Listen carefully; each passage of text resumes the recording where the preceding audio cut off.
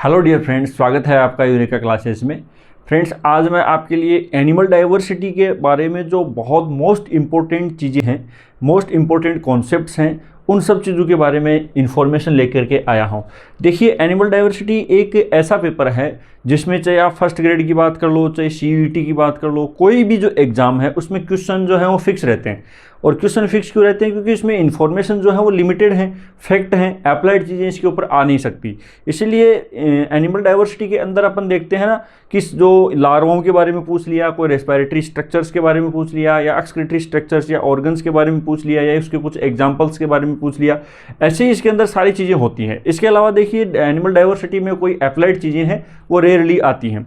तो आज मैंने आपकी डिमांड के अनुसार भी, बहुत सारे बच्चों की डिमांड भी थी कि एक कलेक्शन हो जाए और उस कलेक्शन के अंदर जितनी इंपॉर्टेंट बातें हैं इसके बारे में और जो चीज़ें पूछी जाती हैं वो सारी एक साथ मैं आपके लिए लेकर के आऊँ। तो आज मैं आपके लिए क्वेश्चन नहीं लेके आया, मैं आज आपके लिए सारी इन्फॉर्मेशंस एक साथ लेके आया हूँ। तो प्री एनिमल डाइवर्सिटी में जितने लार्वा हैं, चाहे वर्टिब्रेट इनवर्टिब्रेट, उन सब लार्वाओं की मैं लिस्ट लेके आया हूँ। उसके साथ साथ जितने भी एक्सक्रीटरी ऑर्गन्स, एक्सक्रीटरी प्रोडक्ट जितने भी वर्टिब्रेट और इनवर्टिब्रेट में हैं वो सब सारी इन्फॉर्मेशन लेके आया हूँ। उसके साथ रेस्पिरेटरी ऑर्गन, रेस्पिरेटरी स्ट्रक्चर्स हैं, वो सारी चीज़ें लेकर के आया हूँ। इसके साथ साथ क्या होगा, सारे फाइलम के अकॉर्डिंग सीरीज से आपके एग्जाम्पल्स भी क्लियर हो जाएंगे, क्योंकि हम ये एग्जाम्पल इसका, ये एग्जाम्पल इसका है, वो सारी एग्जाम्पल्स भी अपन साथ में लेकर के चलेंगे। तो मोस्टली जो क्वेश्चंस आते हैं, एक तो है देखिए बेसिक क्लासिफिकेशन, जिसमें आपको सिमेट्री का ध्यान रखना है, सिलोम का ध्यान रखना है, या फिर डिप्लोब्लास्टिक ट्रिप्लोब्लास्टिक का ध्यान रखना है, या बॉडी ऑर्गेनाइजेशन का ध्यान रखना है। वो सारी चीज़ें तो देखो आपको ध्यान में रखनी है। इसके अलावा जितने क्वेश्चंस हैं, मैंने कोशिश की है कि सारी इन्फॉर्मेशंस मैं आपको एक वीडियो में दूं, इससे पीडीएफ का माध्यम से, और ये मैं कोशिश करूंगा कि आपको सारी इन्फॉर्मेशंस मिले। तो हम सबसे पहले लार्वाओं के बारे में बात करेंगे। मैंने कोशिश की है कि सारे लार्वा को कवर करूं। फिर भी अगर कुछ लार्वा या कोई इन्फॉर्मेशन बाकी रह जाती है तो आप मुझे कमेंट में इन्फॉर्म करें, कमेंट में बताएं, जिससे मैं आगे चीज़ें उसको कंटिन्यू कर सकूं। और अगर बाकी नहीं बचे लार्वा तो इसका मतलब है कि भाई ठीक है, अपना काम ठीक चल रहा है। तो दोनों ही बातें हैं। तो सबसे पहले देखिए, अपन कुछ लार्वाओं के बारे में बात करते हैं कि लार्वा ऑफ इनवर्टिब्रेट, इनवर्टिब्रेट में कौन कौन से लार्वा हैं। और इनवर्टिब्रेट के लार्वाओं की जब अपन बात करते हैं तो सबसे पहले देखिए आता है फाइलम प्रोटोजोआ। अब प्रोटोजोआ जो है वो यूनिसेलुलर ऑर्गेनिज्म है, और यूनिसेलुलर ऑर्गेनिज्म में तो ऐसा नहीं है कि छोटे की बॉडी ऐसी है, बड़े की बॉडी ऐसी हो जाएगी, ऐसा उसमें सिस्टम नहीं होता। तो प्रोटोजोआ के अंदर कोई लार्वा आपको नहीं मिलेगा। पहला मल्टीसेलुलर फाइलम जो है वो है फाइलम पोरीफेरा। और पोरीफेरा को अपन पोरीफेरा क्यों बोलते हैं? ये पोर बियरिंग एनिमल्स हैं, इसलिए स्पंज भी इनको अपन बोलते हैं। तो पोर बियरिंग एनिमल्स के बेसिस पर इसका नाम क्या पड़ा? पोरीफेरा नाम पड़ा। उसके बाद में इसका देखो एक पहला लार्वा है पेरेनकाइमुला, और ये पेरेनकाइमुला साइकोन ल्यूकोसोलेनिया। अगर आप इसको भी देखोगे तो ये स्मॉलेस्ट पोरीफेरा है। ल्यूकोसोलेनिया क्या है? Smallest Porifera. और इसके साथ साथ पोरीफेरा एसिमेट्रिक फाइलम है, यानी पोरीफेरा के अंदर कोई सिमेट्री प्रेजेंट नहीं होती, लेकिन ल्यूकोसोलेनिया के अंदर कौन सी सिमेट्री प्रेजेंट होती है? रेडियल सिमेट्री प्रेजेंट होती है। ये बात आपको ध्यान रखना। पोरीफेरा एसिमेट्रिक फाइलम ही होता है, लेकिन ल्यूकोसोलेनिया जो ऑर्गेनिज्म है उसके अंदर कैसी सिमेट्री मिलेगी? आपको रेडियल सिमेट्री। ये बात आपको ध्यान रखनी। उसके बाद में एम्फीब्लास्टुला लार्वा, ये दोनों लार्वा किसके हैं? पोरीफेरा के। उसके बाद में निडेरिया या सिलिंट्रेटा, इसको देखिए निडेरिया इसलिए बोलते हैं क्योंकि इसमें नीडोब्लास्ट सेल्स प्रेजेंट होती हैं, दंश कोशिकाएं जिसको अपन बोलते हैं, जो किसी प्रे को कैप्चर करने का काम करती हैं या फिर किसी सरफेस से अटैचमेंट बनाने का काम करती हैं, इसलिए इसको निडेरिया नाम देते हैं। सिलेंट्रेटा है, इसके अंदर एक गैस्ट्रोवेस्कुलर कैविटी प्रेजेंट होती है, उस कैविटी का नाम होता है सिलेंट्रोन कैविटी। इसके बेसिस पर इसका नाम देते हैं सिलेंट्रेटा नाम देते हैं। सिलेंट्रेटा के अंदर एक प्लेनुला लार्वा है जो ओबेलिया और ओरेलिया के अंदर देखने को मिलता है। उसके बाद में ephyra larva, ephyra larva young stage of jellyfish, jellyfish को अपन किसको नाम देते हैं? ओबेलिया।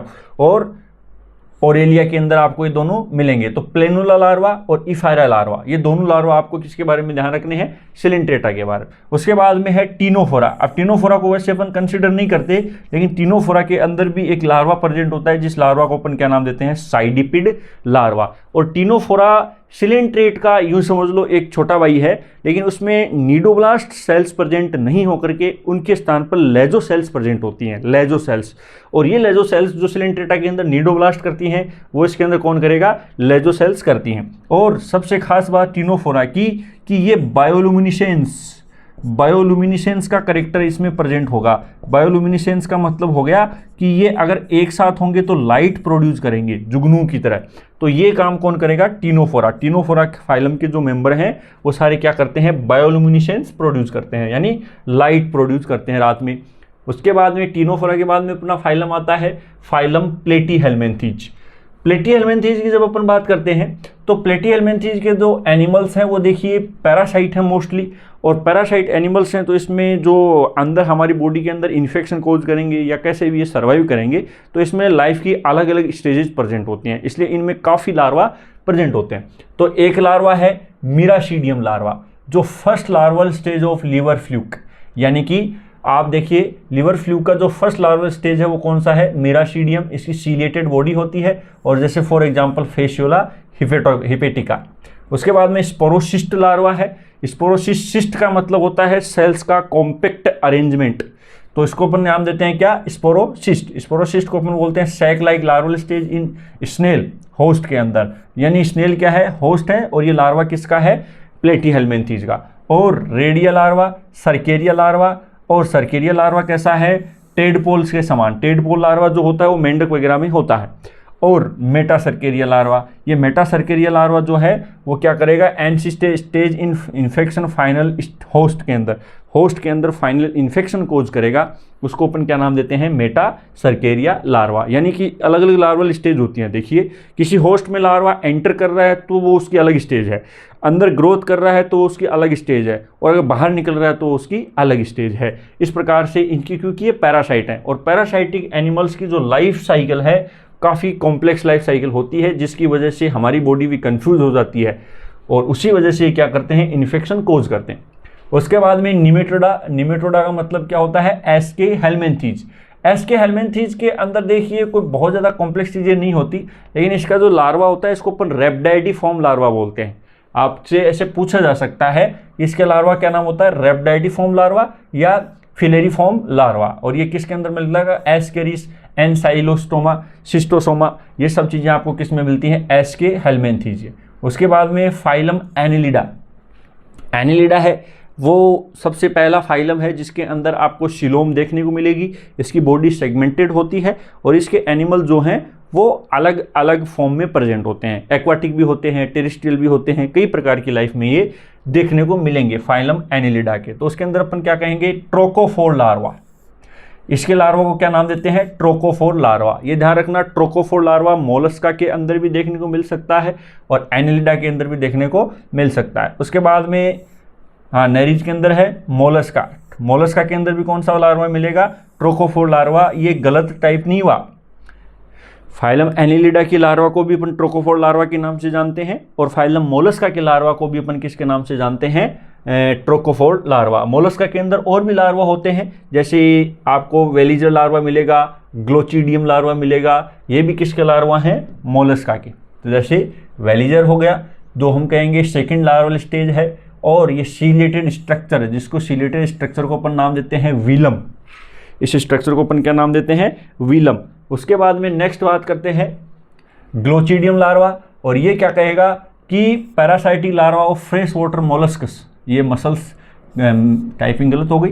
ये क्या कहेगा? Parasitic larva of fresh water molluscs, यानी कि मोस्टली देखिए इन्वर्टिब्रेट हैं, वो मैराइन वाटर में ही रहते हैं, समुद्रों में ही रहते हैं, लेकिन कुछ एक आपको देखने को मिलते हैं कि फ्रेश वाटर में देखने को मिलते हैं। जैसे कि मान लो साइफाया, जिसको अपन बोलते हैं साइकोन, ये पोरीफेरा के अंदर पूरा का पूरा पोरीफेरा मैराइन वाटर है, लेकिन वो एक स्पंज है जो क्या है? फ्रेश वाटर स्पंज है। तो ये चीज़ें भी अपने को ध्यान रखनी है। उसके बाद में अपन बात करते हैं फाइलम ऑर्थोपोडा की। ऑर्थोपोडा आप मान के चलो सबसे बड़ा फाइलम है, और सबसे बड़ा फाइलम होने की वजह से ऑर्थोपोडा में सब कुछ ही प्रेजेंट होता है। और इस फाइलम की जो सबसे बड़ी क्लास है वो है इंसेक्टा, जो अपने आप में बहुत बड़ी क्लास है ऑर्थोपोडा की। इसीलिए बहुत बड़ी होने की वजह से अगर आप बात करोगे अकेले इंसेक्ट्स की, तो इसमें भी बहुत प्रकार के लार्वा आपको देखने को मिलेंगे। तो जैसे बटरफ्लाई का लार्वा है उसको अपन बोलते हैं कैटरपिलर लार्वा। बीटल लार्वा है, भृंग जिसको अपन बोलते हैं उसको ग्रब लार्वा बोलते हैं। मैगट लार्वा जो मक्खियों की लार्वा को अपन बोलते हैं मैगट लार्वा। नोप्लियस लार्वा ये क्रस्टेशियन क्लास का है। जोइया, माइसिस और मेगालोपा, ये सारे के सारे लार्वा हैं वो किसके लार्वा हैं? क्रस्टेशिया। क्रस्टेशिया, अकेली क्रस्टेशिया क्लास के आपको 12 से 13 लार्वा देखने को मिल सकते हैं, जैसे मेगालोपा, ये सारे के सारे किसके हैं? क्रस्टेशिया के। क्रस्टेशिया के अंदर भी बहुत सारे लार्वा होते हैं जिसको अपन अलग से पढ़ते हैं क्रस्टेशिया की लार्वा को। तो ये तो बात हो गई ऑर्थोपोडा की। मोलस्क का हमने कर ही लिया। उसके बाद में नेक्स्ट लार्वा है इकाइनोडर्मेटा का लार्वा। इकाइनोडर्मेटा का लार्वा जो सबसे इंपॉर्टेंट लार्वा है वो है बाइपिनेरिया लार्वा। ये आपको विशेष तौर पे ध्यान रखना है। और हेमिकोर्डेटा के अंदर भी बाइपिनेरिया लार्वा के समान ही टोर्नोरिया लार्वा प्रेजेंट होता है। तो सबसे इंपॉर्टेंट बाइपिनेरिया लार्वा। उसके बाद में आपको ये देखने को मिलेगा ब्रेंकियोलेरिया लार्वा, फिर ओफियोप्लूटियस लार्वा, फिर इकाइनोप्लूटियस लार्वा, ओरिक्यूलेरिया लार्वा और डोलियोलेरिया लार्वा।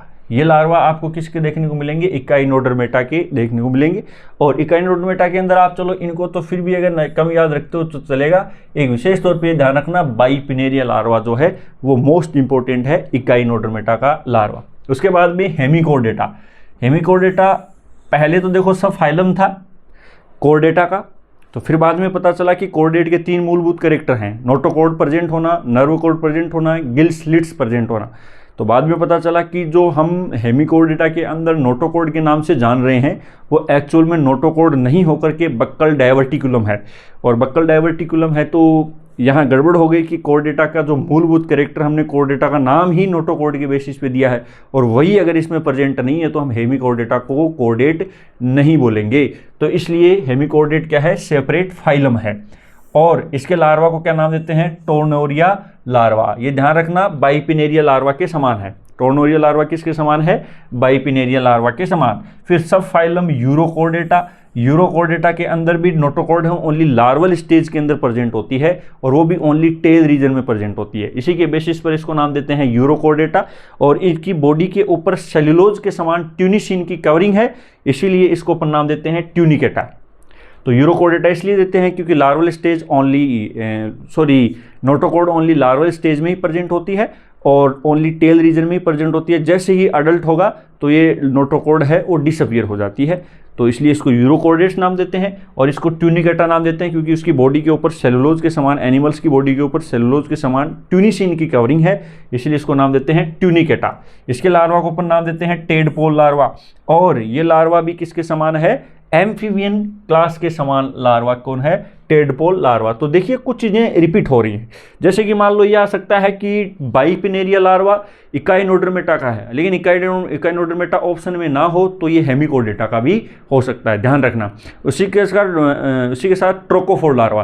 ट्रोकोफोर लार्वा एनिलिडा का लार्वा है, लेकिन इसके साथ साथ किसका है? मोलस्का का लार्वा भी है। तो ये कुछ बातें कॉमन है और कॉमन बातें अक्सर ज़्यादा पूछी जाती हैं, तो हमें कन्फ्यूज नहीं होना। उसके बाद में है वर्टिब्रेट्स के लार्वा। वर्टिब्रेट्स के लार्वा के अंदर जो है तो इसके अंदर देखो मिलेगा एम्फीबिया। एम्फीबिया का लार्वा कौन सा है? Tadpole larva.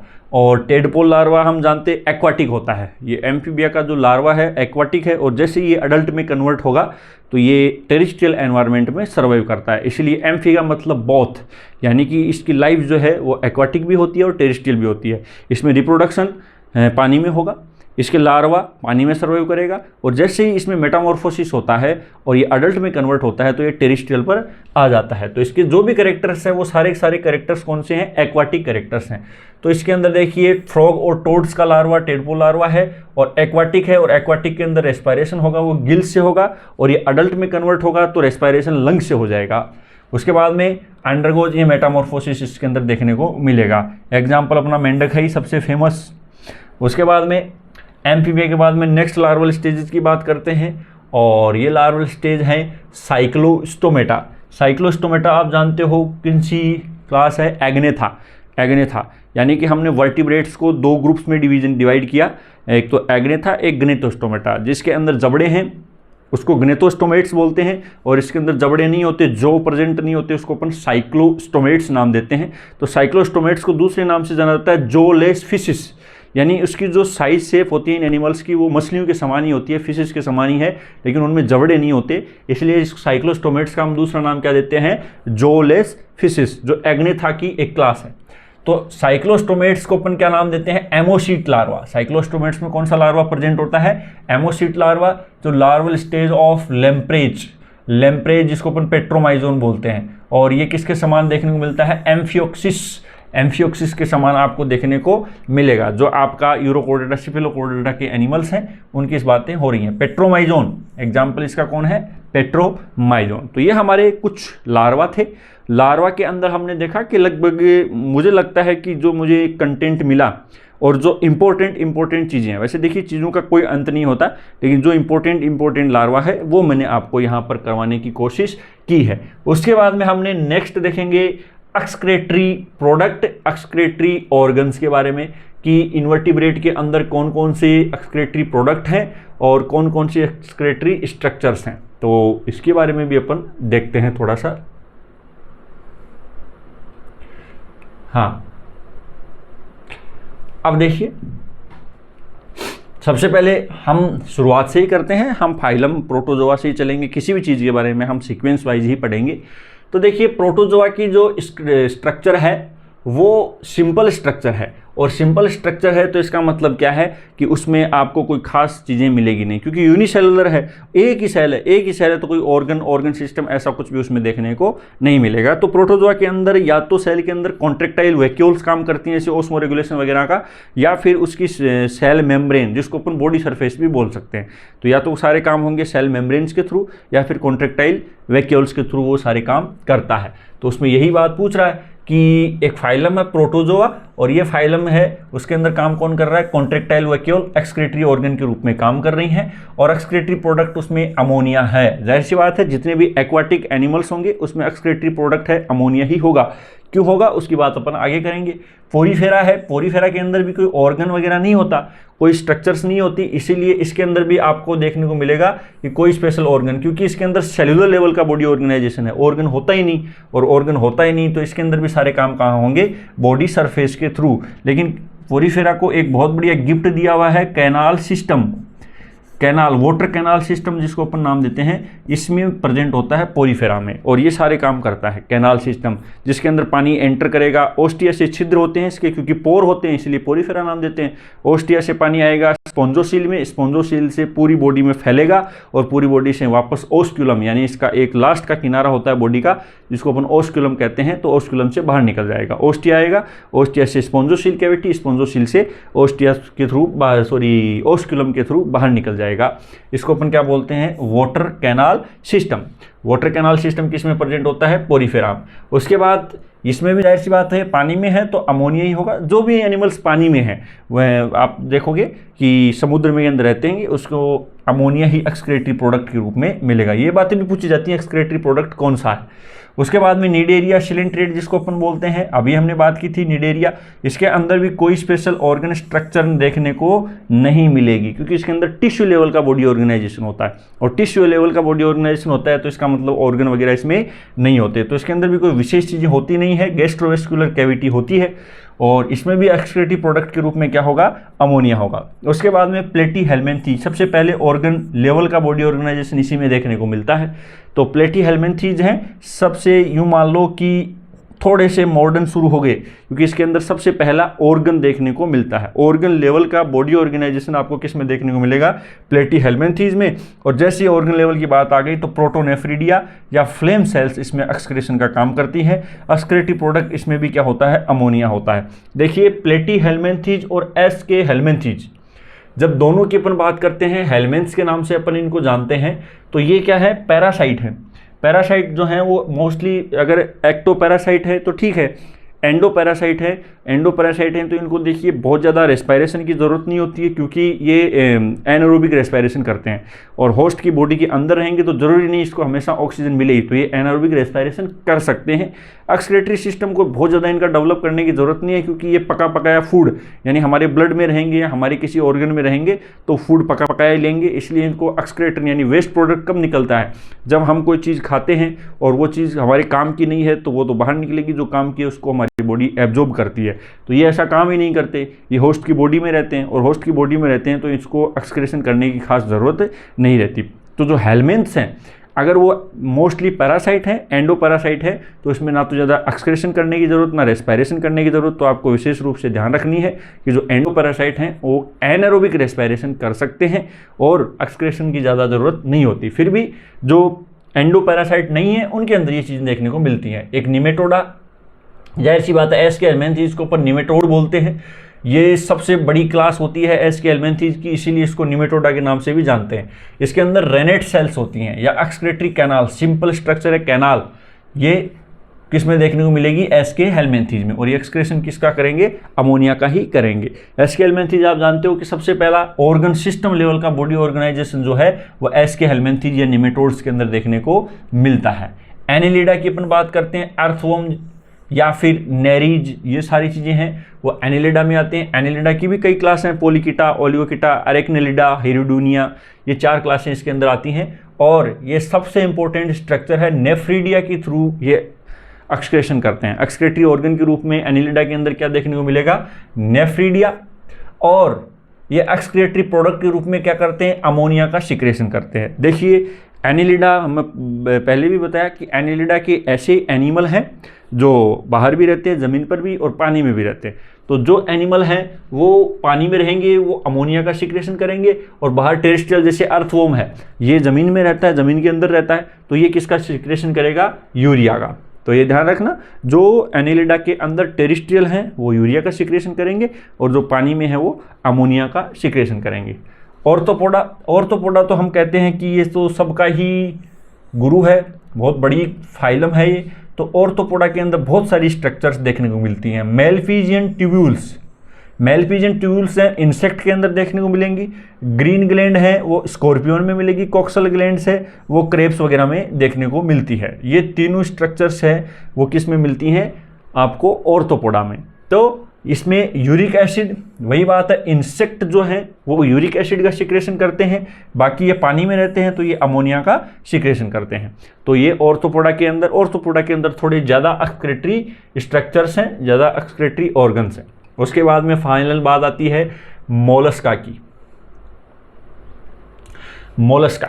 मोलस्का के अंदर एक्सक्रेटरी ऑर्गन है, और मोलस्का के अंदर एक्सक्रेटरी ऑर्गन को अपन नाम देते हैं मेटानेफ्रीडिया या पुरानी किडनी। मेटानेफ्रीडिया को अपन क्या नाम देते हैं? पुरानी किडनी, जिसको ये भी नाम देते हैं ऑर्गन ऑफ बोजेनस नाम के साइंटिस्ट ने इनके बारे में बताया, तो इनको अपन नाम देते हैं क्या? Organ of Bojanus. ध्यान रखना, मोलस्का के अंदर विशेष प्रकार की एक्सक्रेटरी स्ट्रक्चर्स देखने को मिली, बोजेनस नाम के साइंटिस्ट ने इनके बारे में बताया, इसीलिए उन एक्सक्रेटरी स्ट्रक्चर्स को मन किस नाम से जानते हैं? Organ of Bojanus. क्या पता आपको पूछ ले तो organ of Bojanus excretory structure है मोलस्का की। तो इसके अंदर एक्सक्रेटरी प्रोडक्ट क्या होगा? Ammonia, uric acid. क्योंकि अब ये धीरे धीरे क्या आ गए, कुछ एनिमल्स पानी में, कुछ एनिमल्स बाहर के। इकाइनोडर्मेटा के अंदर देखिए फार कोई स्ट्रक्चर होती ही नहीं, बस इसके अंदर वाटर वेस्कुलर सिस्टम होता है। इकाइनोडर्मेटा की खास बात क्या है कि इसके अंदर क्या होगा? Water vascular system. ये ध्यान रखना, वाटर कैनाल सिस्टम की बात नहीं कर रहा। वाटर कैनाल सिस्टम होता है पोरीफेरा में, वाटर वेस्कुलर सिस्टम होता है इकाइनोडर्मेटा में। मोस्टली यही काम करता है। और ये ट्यूब फिट वगैरह है, ये सभी वाटर वेस्कुलर सिस्टम का ही हिस्सा है। मेड्रीपोराइड है, रिंग कैनाल है, लेटरल कैनाल है, रेडियल कैनाल है, ये सारी स्ट्रक्चर्स हैं वो किसकी है? वाटर वेस्कुलर सिस्टम की। ट्यूब फिट होता है, ट्यूब फिट देखिए इसी वाटर वेस्कुलर सिस्टम के लास्ट किनारे की चीज़ें होती हैं, जिसमें एम्पुला, पोडियम, सुकर, ये 3 चीज़ें देखने को मिलेंगी। और ये 3 चीज़ें कंबाइंडली क्या बनाती हैं? ट्यूब फिट, जो विशेष प्रकार से एक्सक्रेशन का काम करता है किसमें? इकाइनोडर्मेटा में।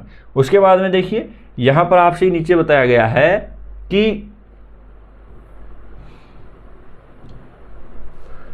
जो सबसे बार चीजें पूछी गई हैं वो अर्थवर्म में यानी एनिलिडा में कौन सा है, कॉकरोच यानी इंसेक्ट में कौन सा है, प्रोन, ग्रीन ग्लैंड्स जिसके अंदर आपको अमोनिया ये मिलेंगी, और फ्लैटवर्म प्लेनेरिया के अंदर फ्लेम सेल्स। ये 4 चीज़ें बार बार पूछी गई हैं, बहुत बार ये चीज़ें पूछी गई हैं, इसलिए आप इनका विशेष रूप से ध्यान रखना। मोस्टली जो CUET के स्टूडेंट हैं वो तो इस बात को विशेष रूप से ध्यान रखना। वैसे तो देखिए सारी चीज़ें इंपॉर्टेंट हैं, लेकिन जो बार बार चीज़ें पूछी गई हैं उनको मैंने यहाँ पे अलग से रखा है, और आपको इनको विथ फाइलम याद रखना है। कि किस फाइलम का कौन है। तो ये अभी हम देख के आए हैं पीछे। तो ये अर्थवॉर्म है, नेफ्रीडिया है, कॉकरोच मेलपीजियन ट्यूब्यूल्स, ये इंसेक्ट है, प्रॉन ग्रीन ग्लैंड्स, ये आपका ऑर्थोपोडा का है, और फ्लैटवॉर्म प्लेनेरिया, ये फ्लेम सेल्स प्लेटीहेल्मिन्थीज का है। ये इसमें क्या प्रेजेंट था, फ्लेम सेल्स प्रेजेंट था। उसके बाद में हम नेक्स्ट देखेंगे हेमिकोडेटा। हेमिकोडेटा के अंदर विशेष प्रकार की स्ट्रक्चर होती है जिसको अपन बोलते हैं प्रोबोसिस ग्लैंड। ये प्रोबोसिस ग्लैंड है वो क्या काम करती है, एक्सक्रेशन का काम करती है। सब फाइलम यूरोकोडेटा, यूरोकोडेटा के अंदर सुप्रा न्यूरल ग्लैंड, पाइलोरी ग्लैंड या नेफ्रोसाइट जिसको अपन नाम देते हैं, ये किस में प्रेजेंट होती है, यूरोकोडेटा के अंदर प्रेजेंट होती है। यूरोकोडेटा के बाद में सब फाइलम आता है सिफिलोकोडेटा। सिफिलोकोडेटा के अंदर प्रोटोनेफ्रीडिया है जो फ्लेम सेल्स या सोलेनोसाइट्स के रूप में काम करती है। फ्लेम सेल्स प्लेटीहेल्मिन्थीज में भी है और सिफिलोकोडेटा के अंदर भी है। ये बात आपको देखनी है अच्छे से। तो ये कुछ चीज़ें हैं जो हमको ठीक ठीक पढ़नी है। उसके बाद में नेक्स्ट बात आ गई वर्टिब्रेट की। हमने इनवर्टिब्रेट की बात की, उसके बाद में वर्टिब्रेट की भी बात कर लेते हैं। वर्टिब्रेट देखिए इतना हार्ड है नहीं, क्योंकि वर्टिब्रेट के अंदर किडनी है। अब किडनी 3 प्रकार की होती है, जैसे जैसे ओरिजिन हो रहा है, इसका इवोल्यूशन हो रहा है, वैसे वैसे प्रोटोनेफ्रीडिया टाइप की, मीजोनेफ्रिक टाइप की और मेटानेफ्रिक टाइप की। जो मेटानेफ्रिक किडनी है वो सबसे एडवांस किडनी है जो मेमल्स और एवीज के अंदर आपको देखने को मिलती है। और ये किडनी के अंदर देखिए डिफरेंस किस चीज़ का है कि ज़्यादा से ज़्यादा वाटर को बचाया जाए। तो मेटानेफ्रिक किडनी उनमें प्रेजेंट होगी जो ज़्यादा से ज़्यादा पानी को बचाने की कोशिश करेंगे उनमें। और इसमें डिफरेंस किसका होता है, नेफ्रॉन का। नेफ्रॉन जिसका जितना ज़्यादा डेवलप होता चला जाता है वैसे वैसे किडनी डेवलप हो जाती है। तो हमारा नेफ्रॉन सबसे ज़्यादा डेवलप है, और उसमें भी सबसे ज़्यादा क्या चीज़ डेवलप है, हेलने का लूप। तो अगर आप देखोगे मेटानेफ्रिक किडनी में तो उसमें हेलने का लूप जो है वो ज़्यादा गहरा होता है। और अगर आप बाकी जो पुरानी किडनी है उसके अंदर देखोगे, जैसे पुरानी किडनी से मेरा मतलब क्या हो गया, लोअर कॉर्डेट्स की बात करो, तो उसके अंदर आपको देखने को मिलेगा कि हेलने का लूप नहीं मिलेगा। और हो सकता है कि नेफ्रॉन में बोमन कैप्सूल भी थोड़ा कम डेवलप देखने को मिले। तो ये नेफ्रॉन का डिफरेंस होता है किडनी में। तो हमारी किडनी मेटानेफ्रिक टाइप की किडनी है जिसमें नेफ्रॉन बहुत बढ़िया डेवलप है, हेलने लूप बढ़िया डेवलप है। तो ये चीज़ हमारे अंदर प्रेजेंट होती है। तो फिशेस के अंदर कौन सी है, किडनी या गिल्स, ये देखने को मिलेगा। और ये पानी में है इसलिए अमोनिया है। एम्फीबिया जाहिर सी बात है इसके लार्वा है, जो लार्वा है वो तो क्या करेगा, अमोनिया का सिक्रेशन, और अडल्ट है वो किसका सिक्रेशन करेगा, यूरिया का सिक्रेशन। लार्वा पानी में है और अडल्ट है वो टेरेस्ट्रियल है। और इनके अंदर भी क्या प्रेजेंट होती है, किडनी प्रेजेंट होती है। रेप्टाइल्स के अंदर भी किडनी प्रेजेंट होती है, और ये ज़मीन पे रहते हैं तो यूरिक एसिड का सिक्रेशन करेंगे, पानी की बहुत ज़्यादा बचत करते हैं। एवीज है, एवीज ज़्यादा पानी ले ही नहीं सकते, क्योंकि अगर पानी इनके अंदर ज़्यादा रहा तो ये उड़ ही नहीं सकते। तो पानी इसके अंदर तो बॉडी में बहुत कम से कम रखना होता है इनको, इसीलिए ये भी किसका सिक्रेशन करते हैं, यूरिक एसिड का सिक्रेशन करते हैं।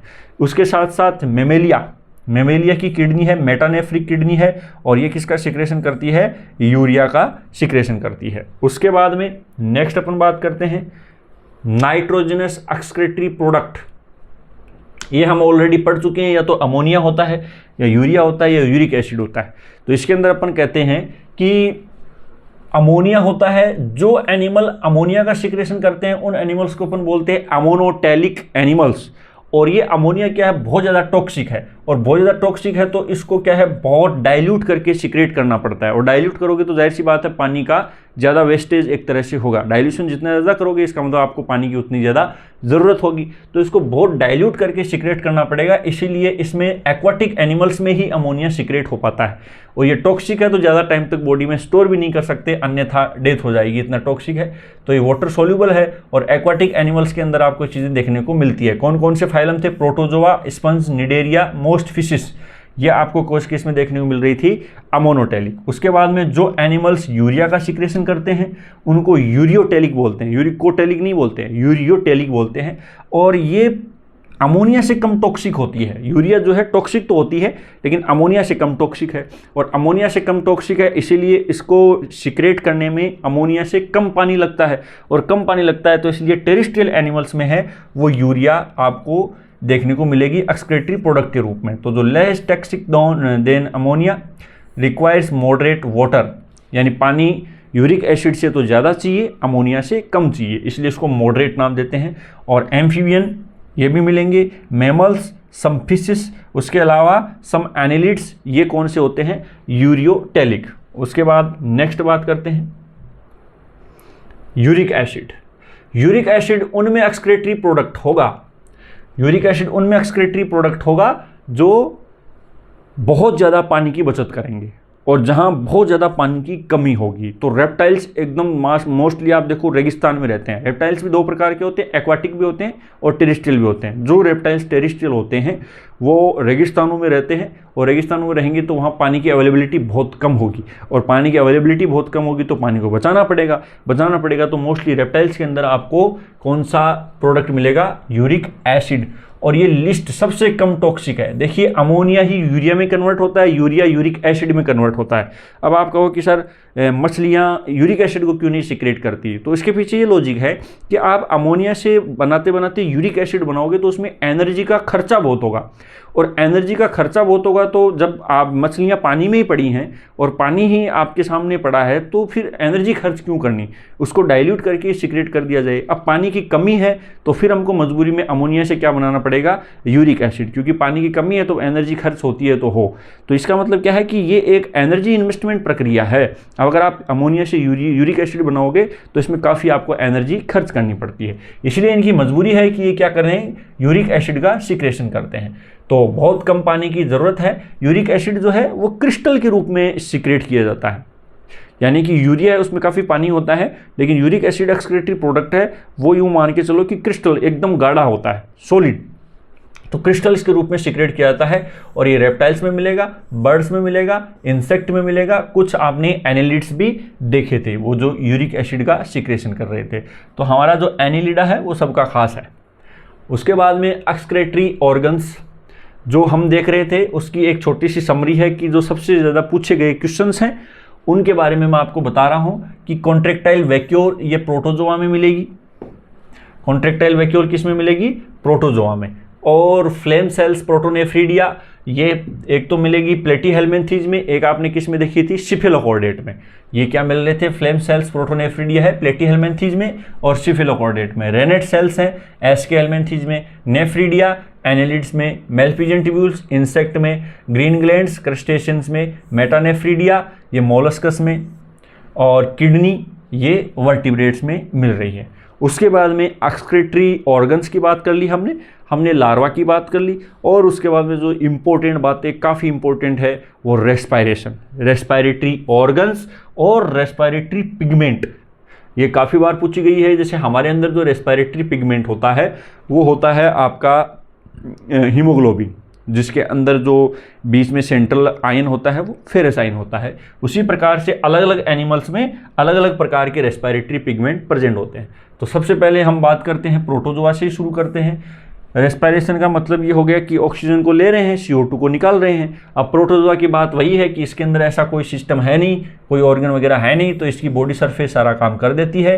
रेस्पायरेटरी पिगमेंट इसमें कुछ है नहीं, पिगमेंट की ज़रूरत नहीं है। पिगमेंट का काम क्या होता है कि ऑक्सीजन को आपके लंग से उठा करके बॉडी की प्रत्येक सेल तक यानी बॉडी के काफ़ी दूर के हिस्से तक पहुँचा देना। अब प्रोटोजोआ के अंदर तो दूर के हिस्से तक पहुंचाने की ज़रूरत नहीं है क्योंकि उसके अंदर तो एक ही सेल है और सिंगल सेल में सारे काम करने हैं, इसलिए यहाँ पर पिगमेंट की आवश्यकता है भी नहीं। उसके बाद में पोरीफेरा के अंदर बॉडी सरफेस या हम बात करते हैं कैनाल सिस्टम, इकाइनोडर्मेटा और पोरीफेरा वाटर वेस्कुलर सिस्टम और वाटर कैनाल सिस्टम में दोनों सारे काम करते हैं, कोई पूछने की ज़रूरत नहीं। और इसके अंदर भी रेस्पायरेटरी पिगमेंट अब्सेंट होता है क्योंकि पूरी बॉडी के अंदर पानी ही फैल जाता है। स्पॉन्जोसील कैविटी है, इसकी स्पॉन्जोसील कैविटी बॉडी की प्रत्येक सेल तक पानी को पहुंचा देती है, सप्लाई कर देती है और पानी जहां तक पहुंच गया वहां तक ऑक्सीजन पहुंच जाएगी। उसके बाद में निडेरिया सिलेंट्रेटा के अंदर भी क्या है? बॉडी सरफेस ही है क्योंकि इसके अंदर भी टिश्यू लेवल का बॉडी ऑर्गेनाइजेशन होता है और इसके अंदर कोई पिगमेंट नहीं होता।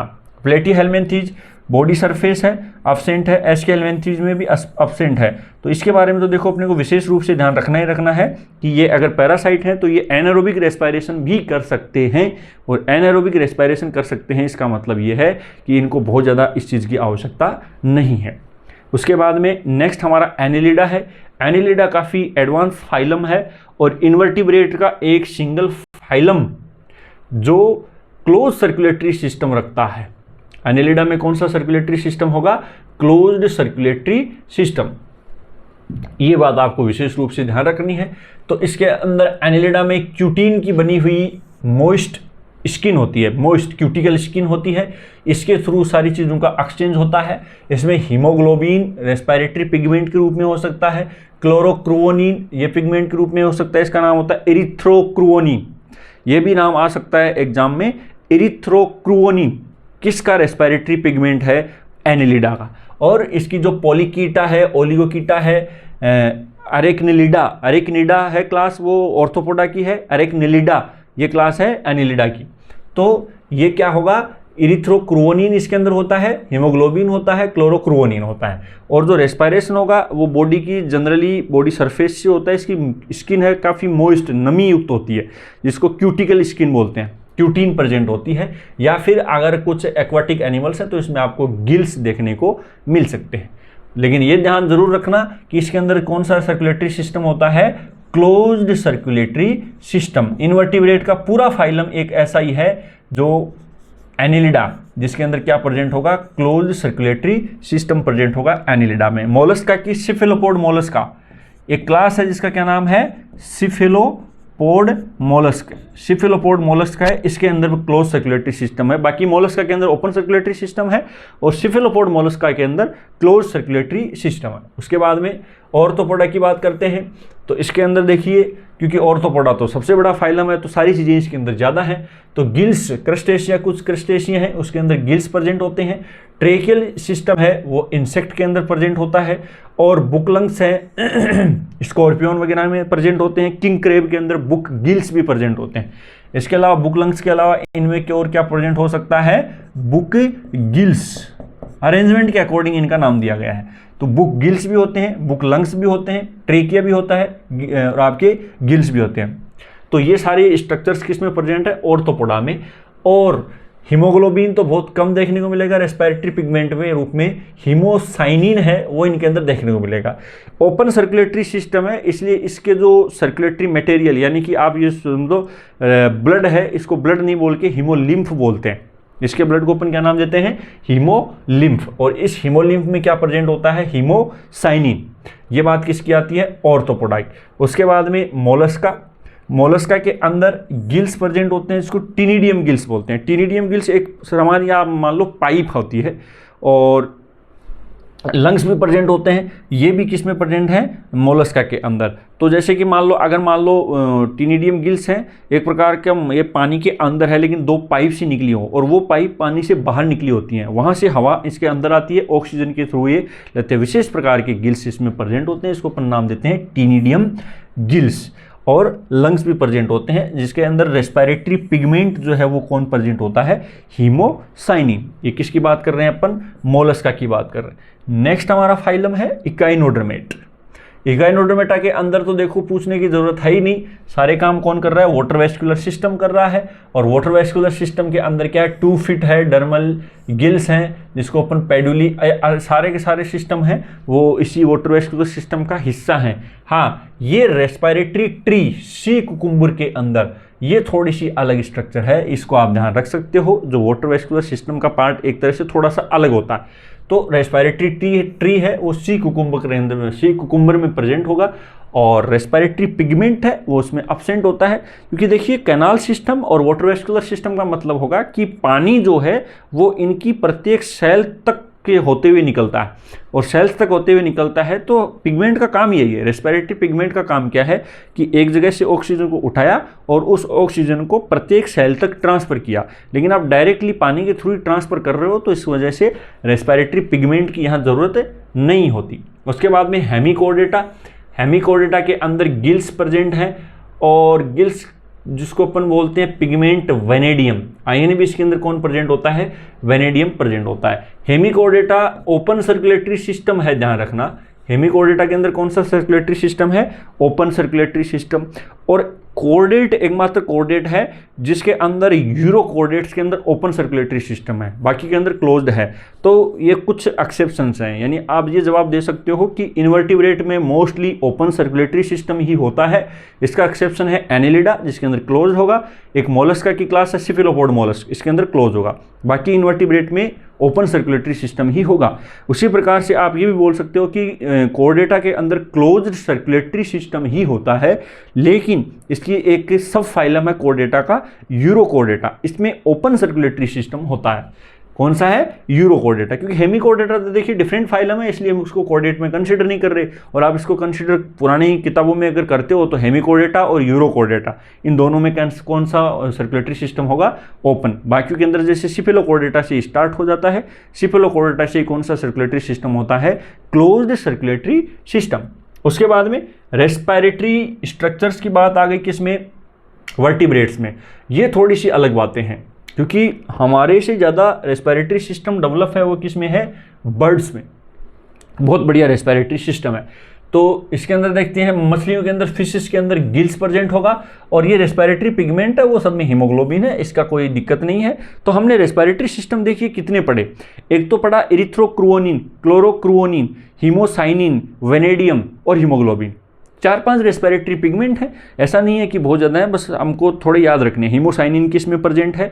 जैसे ऑर्थोपोडा और मोलस्का के अंदर हमने हीमोसाइनिन पढ़ा, एनिलिडा के अंदर क्लोरोक्रुओनिन या इरिथ्रोक्रुओनिन पढ़ा, रेयर हीमोग्लोबिन भी पढ़ा, और बाकियों के अंदर कौन सा प्रेजेंट है? हीमोग्लोबिन प्रेजेंट है। एक वेनेडियम प्रेजेंट था, वो किस में प्रेजेंट था? हेमिकोर्डेटा में। तो ये बातें आपको ध्यान रखनी है। उसके बाद में एम्फीबिया, वही बात आ गई कि लार्वा के अंदर गिल्स है क्योंकि एक्वाटिक है, अडल्ट के अंदर लंग्स या फिर इसकी मोस्ट क्यूटिकल स्किन है। तो स्किन के थ्रू, एक तो एनिलिडा में मोस्ट क्यूटिकल स्किन है, नमी की स्किन है, तो एनिलिडा के अंदर इससे हो रहा है, और आपकी स्किन के थ्रू एम्फीबिया में हो रहा है। हमारी भी बॉडी का एक ऐसी स्ट्रक्चर है जो जनरल बॉडी सरफेस से डायरेक्ट ऑक्सीजन को ले सकती है, वहाँ तक ब्लड लाने की ज़रूरत नहीं है। जैसे हमारा कॉर्निया, आँखों का, हमारे आँखों का कॉर्निया है, वो डायरेक्टली एनवायरनमेंट के कांटेक्ट में है और यहीं से ऑक्सीजन लेता है और यहीं से रेस्पिरेशन करता है। इसको हीमोग्लोबिन से ऑक्सीजन लाने की ज़रूरत नहीं है। तो हमारी बॉडी में भी एक ऐसी स्ट्रक्चर है, एक छोटी सी स्ट्रक्चर, जो क्या कर सकती है? जनरल बॉडी सरफेस से क्या ले सकती है? ऑक्सीजन को डायरेक्ट ले सकती है, हमारी आँखों का ये सामने वाला हिस्सा। उसके बाद में रेप्टिलिया, रेप्टाइल्स के अंदर क्या प्रेजेंट होंगे? लंग्स प्रेजेंट होंगे, और ये हीमोग्लोबिन इसमें प्रेजेंट होगा। एवीज के अंदर लंग्स हैं विथ एयर सेक, जिसको अपन ट्रेकियल ट्री भी कई बार बोलते हैं। तो एवीज का जो रेस्पिरेटरी सिस्टम है, इस प्रकार का रेस्पिरेटरी सिस्टम है जिसमें हवा का जाने का रास्ता अलग है, आने का रास्ता अलग है। तो इसमें क्या होगा? हवा पूरी बॉडी में फैलती है। हम क्या करेंगे? हवा को उसी रास्ते से अंदर लेंगे, मुंह से ही या नाक से, और उसी रास्ते से वापस बाहर निकाल देंगे, जिससे हवा क्या है? बहुत जल्दी से बाहर निकल जाती है, जिससे हम एफिशिएंटली ऑक्सीजन को यूज़ नहीं कर सकते, ज़्यादा ऑक्सीजन को यूज़ नहीं कर सकते। लेकिन बर्ड्स का यही एक रेस्पिरेटरी सिस्टम है जो विशेष प्रकार का अडेप्टेशन है, और जिस वजह से ये बिना थके कंटिन्यूअसली उड़ान भर सकती हैं, और ये लिपिड से एनर्जी बना सकती हैं। लिपिड से एनर्जी वही ऑर्गेनिज्म बना सकते हैं जिनमें भरपूर ऑक्सीजन उपलब्ध हो, अन्यथा लिपिड से एनर्जी नहीं बन सकती। इसीलिए ये लिपिड को स्टोर कर सकते हैं, और लिपिड को, खूब सारे लिपिड को स्टोर करके फिर लंबा माइग्रेशन, लंबी उड़ान भरते हैं, काफ़ी लंबी, एक देश से दूसरे देश में। फिर भी ये थकते नहीं, क्योंकि ये लिपिड के रूप में एनर्जी को, जो एनर्जी लेंगे वो लिपिड से लेंगे, स्टोर्ड लिपिड से, और इसमें ऑक्सीजन की कभी कमी नहीं होगी। अन्यथा अगर ऑक्सीजन की कमी हो गई तो तुरंत आपका क्रेब साइकिल रुक जाएगा, और क्रेब साइकिल रुकते ही लिपिड से एनर्जी बनाना पॉसिबल ही नहीं होगा। ऑक्सीजन के अब्सेंस में आप ग्लूकोज से एनर्जी जरूर बना सकते हो, लेकिन अगर ऑक्सीजन नहीं है तो ना तो आप प्रोटीन से एनर्जी बना सकते, ना आप लिपिड से एनर्जी बना सकते। तो इसलिए ऑक्सीजन की पूर्ति होना बहुत ज़रूरी है, और इसमें हमेशा ऑक्सीजन की पूर्ति होती है किसमें? एवीज में।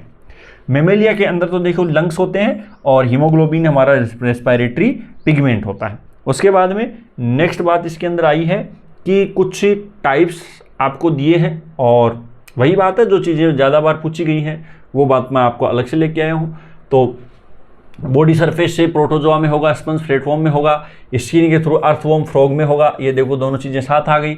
जनरल बॉडी सरफेस है, क्यूटिनियस स्किन है, तो अर्थवॉर्म और फ्रॉग में होगा। गिल्स वो फिशेस में होगा, क्रस्टेशियंस में होगा, मोलस्का में होगा। ट्रेकियल सिस्टम है, इंसेक्ट में होगा।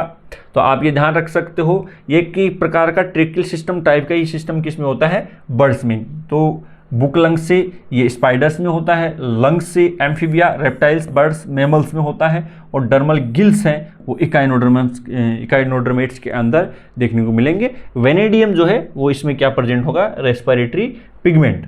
उसके बाद में नेक्स्ट बात आ गई कि जो आपके रेस्पिरेटरी पिगमेंट है उसके अंदर जो सेंटर के अंदर आयन होता है वो कौन सा आयन प्रेजेंट होता है? तो ये बात मेटल आयन है, वो कैसा होगा और फिर उसकी वजह से कैसा इसका कलर होगा। देखिए ये जो मॉलिक्यूल्स हैं उसमें जो मेटल आयन है उसकी ऑक्सीडेटिव स्टेट बदलती रहती है और ऑक्सीडेटिव स्टेट ऑक्सीजन की वजह से इसमें कलर मिलता है। तो फेरस के ऑक्सीडेटिव स्टेट बदलेगी तो रेड कलर आएगा। मैग्नीशियम, जैसे क्लोरोफिल में मैग्नीशियम होता है, मैग्नीशियम आयन, उसका ऑक्सीडेशन होगा तो ग्रीन कलर आएगा। उसी प्रकार से किसी का येलो आएगा, किसी का कुछ प्रकार का आएगा। तो ये सब कलर आते हैं वो किसकी वजह से आते हैं? मेटल आयंस की ऑक्सीडेटिव स्टेट की वजह से आते हैं। जैसे कि मान लो इसमें कोई ऑक्सीडेशन नहीं हो रहा, कोई रिडक्शन नहीं होगा, तो फिर ये भी कलरलेस ही देखने को मिलेंगे। उसके बाद में अपन कहते हैं हीमोग्लोबिन। हीमोग्लोबिन के बारे में सब जानते हैं। फेरस आयन प्रेजेंट होता है। हीमोग्लोबिन 4 पॉलीपेप्टाइड की चेन से मिलकर बनता है, जिसको 2 अल्फा चेन 2 बीटा चेन बोलते हैं, और इनके बीच में फेरस आयन प्रेजेंट होता है। इसकी वजह से कलर कैसा आएगा? रेड। ये किस किस में है? वर्टिब्रेट्स में है। सम एनेलिड्स के अंदर भी हमको क्या देखने को मिला था? हीमोग्लोबिन देखने को मिला। फिर उसके बाद में हीमोसाइनिन। हीमोसाइनिन मोलस्का और ऑर्थोपोडा में मिला, और इसका कोर जो आयन है, मेटल आयन है, वो कॉपर होता है, ध्यान रखना। और इस कॉपर की वजह से इसका कलर होगा ब्लू, और इसको नाम दिया था हमने हीमोलिम्फ। ब्लड नहीं नाम देकर के क्या नाम दिया? हीमोलिम्फ, क्योंकि इसका कलर है वो रेड से अलग होता है, ब्लू। और ये मोलस्का ऑर्थोपोडा ये इसके अंदर देखने को मिलेगा। फिर क्लोरोक्रुओनिन या एरिथ्रोक्रुओनिन, क्लोरोक्रुओनिन या एरिथ्रोक्रुओनिन, इसके अंदर आयरन प्रेजेंट होता है, लेकिन इसका कलर ग्रीन होता है। कलर इसका कैसा होगा? ग्रीन। और कुछ एनालिड्स के अंदर, तो कुछ एनालिड्स में हीमोग्लोबिन भी देखने को मिलता है, एरिथ्रोक्रुओनिन या क्लोरोक्रुओनिन भी देखने को मिलता है। हीमोग्लोबिन के बारे में तो देखो कम पूछते हैं, लेकिन ये बात काफ़ी बार पूछी गई है कि एरिथ्रोक्रुओनिन कौन से फाइलम का रेस्पिरेटरी पिगमेंट है? तो वो रेस्पिरेटरी पिगमेंट है एनिलिडा का। ये आयंस के बारे में कई बार पूछ लेते हैं, और ये बातें अपर लेवल जैसे फर्स्ट ग्रेड वगैरह में बातें पूछी जाती है। उसके बाद में हेमिरिथ्रिन आयरन, और ये किस में मिलेगा? आपके पिंक कलर का आयरन इसमें है। और हेमिरिथ्रिन जो है वो किसका कलर है? वॉयलेट और पिंक कलर। और ये कुछ मैराइन इनवर्टिब्रेट है, उसके अंदर आपको देखने को मिल सकता है। उसके अलावा देखिए और भी, जैसे एक्सक्रीटरी प्रोडक्ट वगैरह के बारे में हमने बात की, तो चीज़ें बदलती बहुत हैं। जैसे कि मान लो कुछ स्पाइडर्स वगैरह में आपको बेंजीन भी, ट्राईमिथाइल एमीन भी, ये भी कुछ एक्सक्रीटरी प्रोडक्ट के रूप में देखने को मिल सकते हैं। 2-4 चीज़ें हैं, जैसे बेंजीन भी मिल सकता है, कुछ में ट्राईमिथाइल एमीन भी मिल सकता है, और कुछ में जैसे ग्वानिन के रूप में भी डायरेक्ट सिक्रेट किया जाता है। तो ये बहुत सारी उसमें बातें हैं, तो आपको ध्यान रखी जाती हैं। लेकिन जो हमें मोस्टली हर एग्ज़ाम में पूछी जाती हैं और बहुत बार पूछी गई है, सेम कॉन्सेप्ट रिपीट होते हैं चाहे कोई भी एग्जाम हो। तो अगर अपने को एनिमल डाइवर्सिटी पढ़नी है तो क्लासिफिकेशन ठीक से पढ़ो, रेस्पिरेशन ठीक से पढ़ो, एक्सक्रीशन ठीक से पढ़ो, इनके लार्वाओं का नाम याद रखो, इनके एग्जाम्पल्स याद रखो, आपका काम मोस्टली बन जाता है। तो मैंने कोशिश यही की है कि आपके लिए इंपॉर्टेंट इन्फॉर्मेशन मैं आपको एक साथ अवेलेबल कराऊं। तो होपफुली ये वीडियो आपको ठीक लगा होगा, इन्फॉर्मेशन आपको काम की लगी होंगी। अगर ऐसा हो और कोई भी चीज़ हो, कोई भी आपको बात हो, कोई गलती हो जाए, तो वो भी आप कमेंट में हमें बताएं। कोई अगर आपके ध्यान में हो जो आपने कोई एक्स्ट्रा चीज़ पढ़ी है, कोई एक्स्ट्रा ऑर्गन पढ़ा हो, एक्स्ट्रा स्ट्रक्चर पढ़ी हो, तो वो भी हमें कमेंट करके बताएं। तो थैंक यू सो मच, मिलते हैं अपन नेक्स्ट क्लास में।